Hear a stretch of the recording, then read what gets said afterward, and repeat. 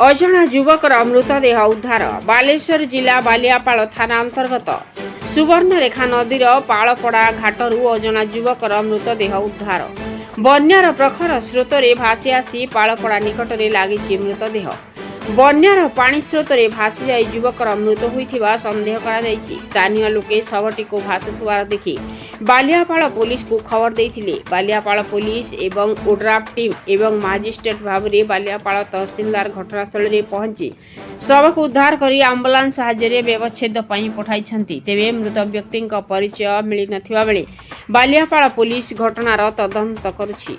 जगत कुमार गिरी का report Masia news. आपण मसिया न्यूज यूट्यूब चैनल को सब्सक्राइब कलेनी कि जदि करिनाहंती एबे करिनियंतु। एहा सह मसिया न्यूज रो फेसबुक पेज को और ट्विटर को फॉलो करंतु। ता सह मसिया न्यूज रो ऐप आसी गलानी निज मोबाइल रो प्ले स्टोर रो डाउनलोड करनियंतु। जय जगन्नाथ।